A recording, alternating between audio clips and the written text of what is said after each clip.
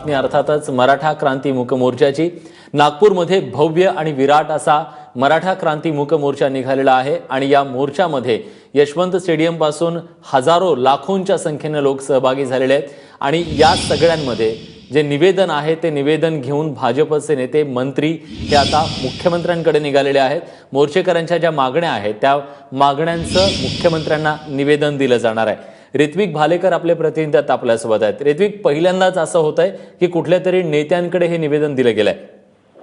अगदीच विलास, ठिकठिकाणी आपण पाहिलं मराठा मोर्चाचं नेतृत्व कुठल्या नेत्यांनी नव्हतं केलं आणि सातत्याने या मुली ज्या आहेत, ज्या सहभागी झालेल्या आहेत, या निवेदन घेऊन जिल्हाधिकाऱ्यांकडे जात होतात।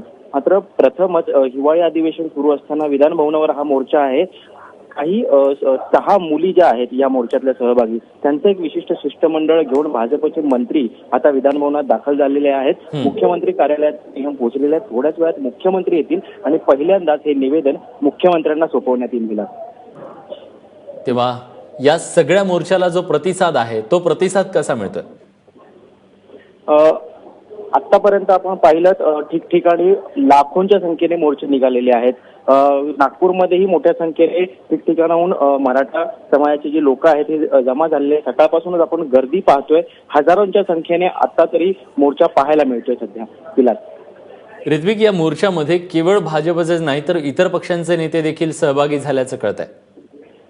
निश्चितच परवा एक मीटिंग झाली, ज्या मीटिंगमध्ये सर्व पक्षीय मराठा आणि कुणबी जे आमदार आहेत या बैठकीला उपस्थित होते।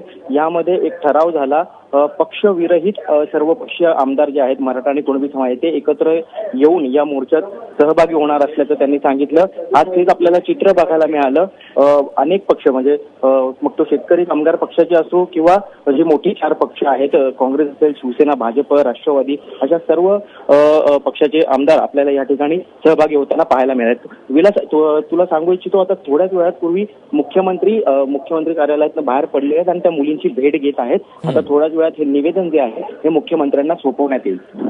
धन्यवाद ऋत्विक, तुझ्याकडून या सगळ्या संदर्भातले अपडेट्स आम्ही वेळोवेळी जाणून घेत राहू। तेव्हा मुख्यमंत्री हे निवेदन स्वीकारून त्यांना काय आश्वासन देतात याकडे सगळ्या महाराष्ट्राचं लक्ष लागलेलं आहे।